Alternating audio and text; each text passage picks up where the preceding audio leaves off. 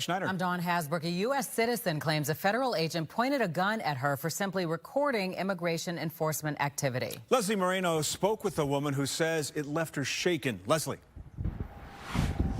Hey, good evening. Yeah, that woman, who is also a mother of 4, says she was more shocked than anything. She tells me she was only recording her neighbor who was being detained. That's when a federal agent confronted her and pointed a gun at her. Viviana Corral, a U.S. citizen, is still processing what she calls a dangerously close call. Who knows if he would have just reacted right away and would have just pulled the trigger, and I could have been hurt right now or maybe dead. So she was in her home in Chicago's Brighton Park neighborhood on Tuesday morning when she heard honking outside. Federal agents appeared to be detaining her neighbor, the man you see in the video. Okay. Corral rushed outside and began recording federal agents. That's when she says things quickly took a turn. As she walked closer to federal agents, she says one of them pointed their gun directly at her. He just opened the door and told me, "You better not do it." And he just pointed his firearm at me. And I went like this because I thought he was going to actually throw something at me because I couldn't see what it was. It just looked like a metal thing until the guy in the back, he opened the door and pointed his gun at me too. And that's when I seen it was a firearm. And I went to him and I said, well, shoot me then. If you want to shoot me, just shoot me. Go ahead. Were you scared? I mean, what was going through your mind? Honestly, I was more in shock that they did that to me. The ordeal, she says, is deeply concerning. She feels it infringes on people's First Amendment right. Now looking back, I mean, would you have done anything different? No, I wouldn't have done anything different. I didn't do anything wrong. If it was my time to get shot, then it would have been my time to get shot. But, I mean, it didn't happen, thank God. And I just wanted to ask why they were taking him because it just wasn't fair. I never seen that before ever in my, entire life. We did reach out to DHS, Department of Homeland Security, to see what they have to say about the incident. We are still waiting to hear back. Corral, on the other hand, is still encouraging people to continue documenting any interactions with federal agents, but to also keep a safe distance. Leslie Moreno, Fox 32 Chicago. Well, more new video. This shows Border Patrol agents on the ground today. This was the scene at around 10:30 this morning at Cermak and 59th. You could see agents talking to a person. We have reached out to Border Patrol about what you're looking at. We have yet to hear back. The Coalition Against Broadview ICE Facility is pushing back against immigration operations. Elgin residents joined the organization in condemning ICE during tonight's city council meeting. Some leaders are calling the operation racist. Some of you can call the police because of the color of your skin, and you don't know that you have that entitlement. Her failed leadership and her so-called accountability led to a lot of our neighbors being pepper sprayed, a lot of tear gas being released. They want City Council to stand up for the local community's rights. Evanston Mayor Daniel Biss going face-to-face with Border Patrol Commander Gregory Bovino. The mayor questioning Bovino about why he was in the northern suburbs. Bovino and his federal agents conducting more raids there. Video showing Mayor Biss approaching Bovino, along with a handful of masked immigration agents outside of a gas station. The commander posting about that face-to-face with the mayor via social media. He says he loves to meet with officials talking about the issues. The statement reads in part, although he fell back into divisive talking points that we've heard ad nauseum from politicians in Chicago, I hope it was enlightening to him. Bovino also says agents arrested 16 people. The immigrants were working as rideshare drivers. 2 men are dead from a plane crash in West Chicago. It happened just before 2 this afternoon. The plane crashed into a pile of snow just outside of DuPage Airport. Autopsies for the victims are set for tomorrow. An investigation into the cause is underway. Spot on was Emily's forecast. The chief meteorologist said we would see a nice warm up, and we did just that. Now, you'd call for some rain in the forecast. We still getting that? We're still getting that, but not until the early morning hours of tomorrow. We'll start to see those scattered showers rolling in, and then the widespread rain, the heavier stuff, that's going to arrive around mid-morning tomorrow with the passage of our cold front. Temperatures right now, we're basically at our overnight low temperatures, currently sitting in the low to mid-30s. We're going to continue to rise throughout the overnight, and temperatures by early tomorrow are going to be in the upper 40s. That's where our highs are going to be. But then following that cold front, temps are going to drop off during the afternoon. In fact, Thursday night into Friday morning, we're actually dropping down into the mid-teens. So we have a cold Friday, but we'll even things out going into the weekend, and things are looking good for the Bears. I'll have those details coming up. Thanks, Emily. Caught on camera, some Glendale Heights police officers saved multiple people from the water in a frozen pond. We're coming. Hang tight, okay? Hang tight, hang tight.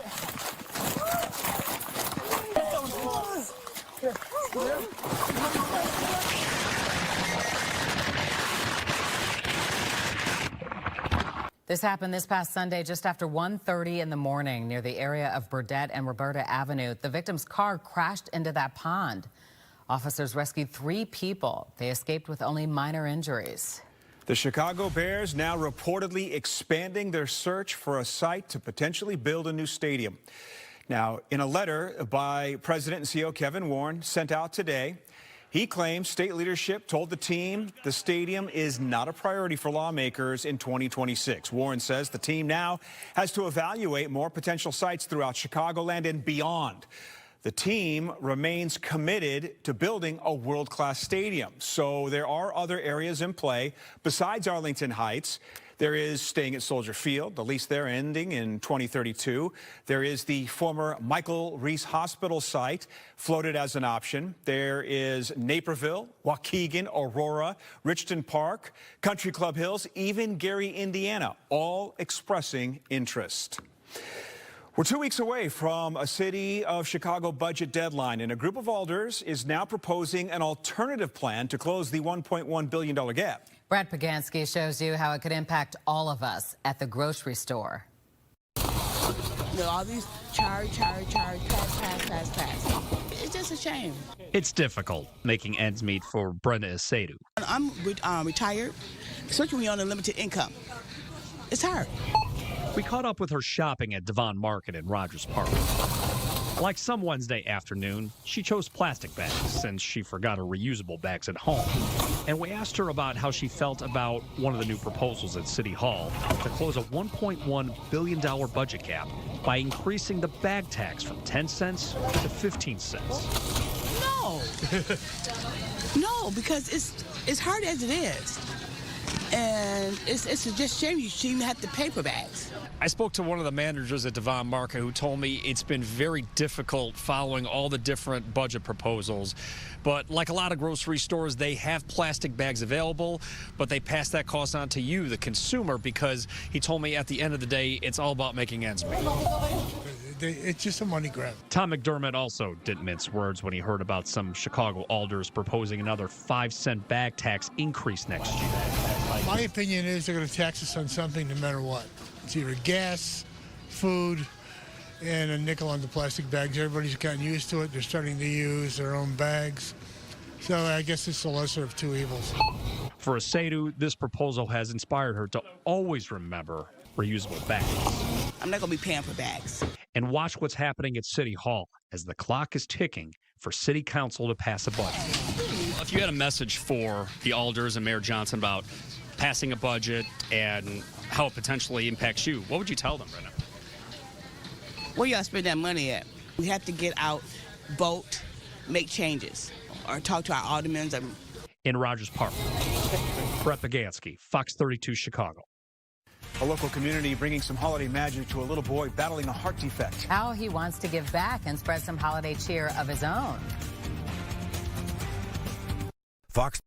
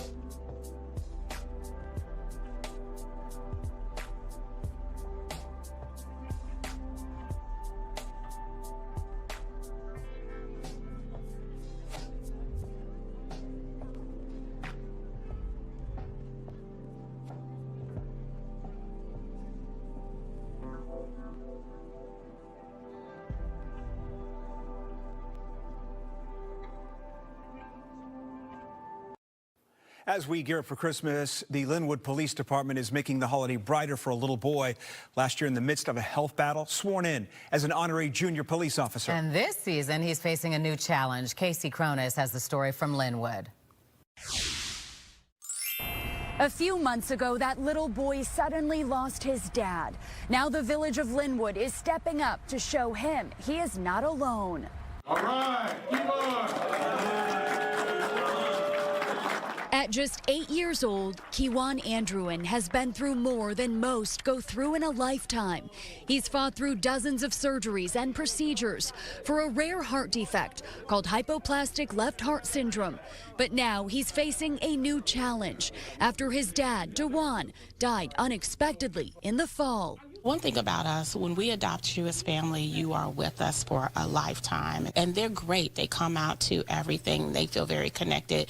And we want them to know that in spite of the loss, they are loved. Linwood Mayor Jada Curry and Police Chief Gregory Thomas invited Kiwan, his mom, siblings, and cousins to Village Hall, where Santa was waiting with tons of presents to brighten his spirits. We've adopted him around here, so he's all of our little brother, our little nephew, so he's always welcome, him and his family. It's our job to continue to be that inspiration to them. Former NBA players like Bobby Simmons and LaRue Martin also took part in the magic. It's all about giving. You know, if I was still playing in the NBA, we'll still be with families. We do a lot of giving back, you know, just supporting the communities. The surprise left him nearly speechless. What are you most happy about today?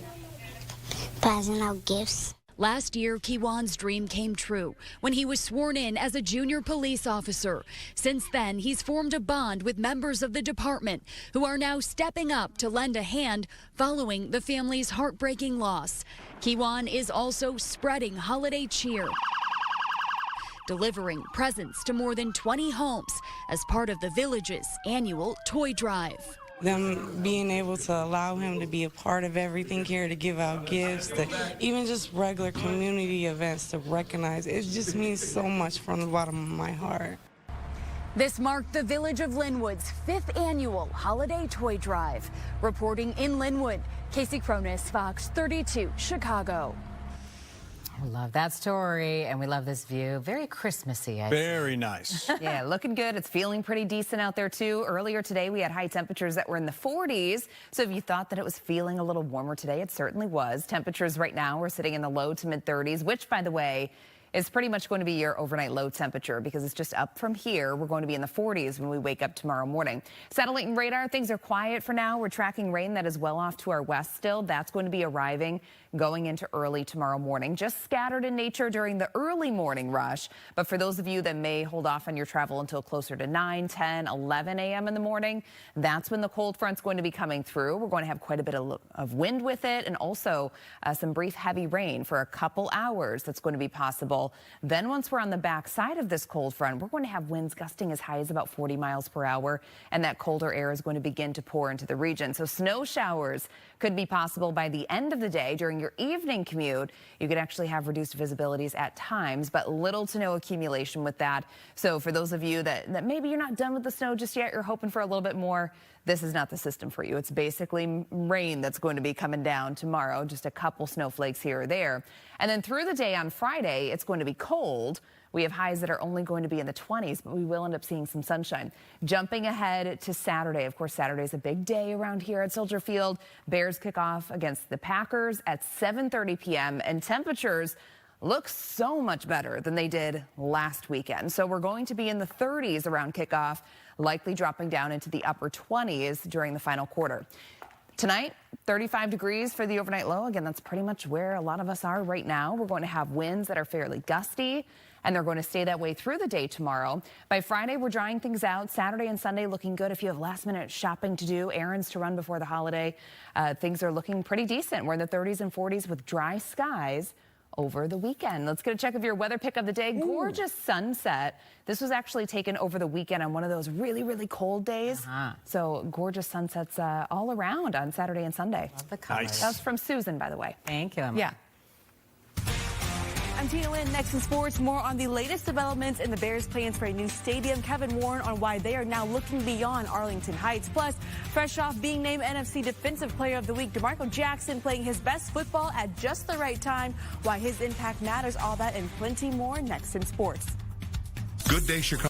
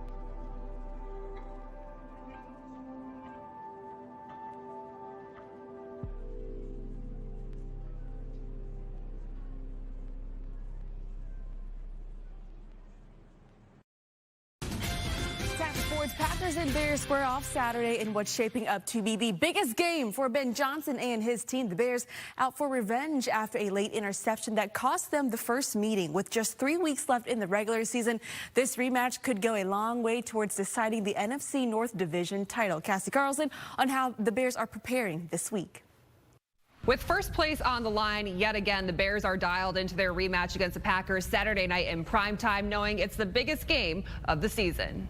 NFC North on the line, NFC seeding is on the line. We're trying to get our playoff spot. So I mean, it's a lot on the line. But I think really for us, it's just the next game that we need to get to where we need to get to. This is a must-win for us. I mean, I feel like every game is a must-win, but it's a must-win since we're playing at home. We're playing the Packers. Linebacker DeMarco Jackson is coming off a big game himself. His performance against the Browns, including his first career sack and interception, earned him NFC Defensive Player of the Week.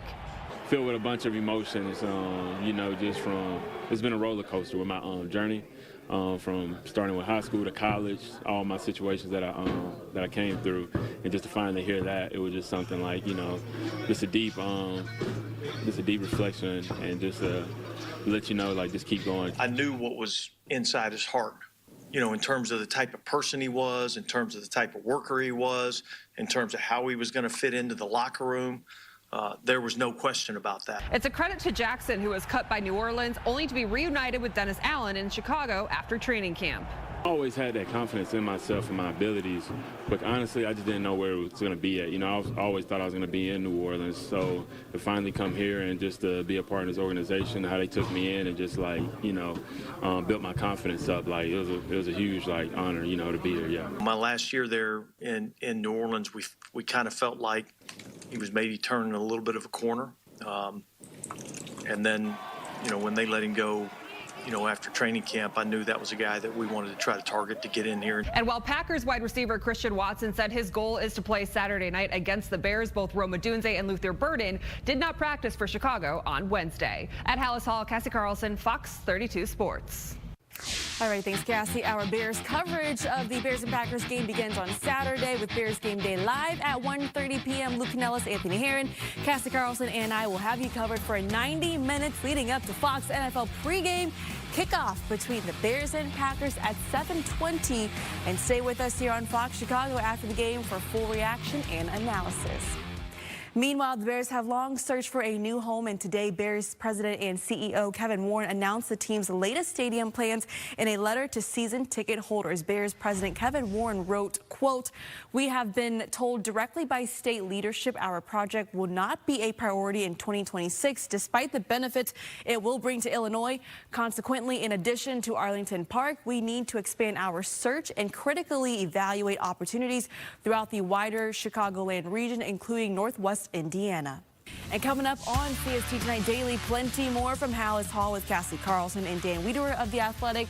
Former Bears offensive lineman Steve Edwards on what's impressed him about the current O-line and how do the Packers get by with a pretty lengthy injury report, including no Micah Parsons. We'll ask Fox 6 Milwaukee's Tim Van Voren. That's next here on Fox Chicago. Cubs are bringing back reliever Caleb Thielbar on a one-year deal, and Notre Dame running back Jadarian Price has declared for the NFL draft. He joins teammate Jeremiah Love, who declared yesterday. Don and Scott. Now to the NBA. Bulls losers of 8 of their last 9, hosting the Cavaliers. Let's go to the fourth quarter. Bulls up 13 off the turnover. Josh Giddey's going to break away for the lay-in. Giddey had a triple-double tonight, 23 points, 11 boards, 11 assists. Bulls cruise here 127-111. We'll be right back.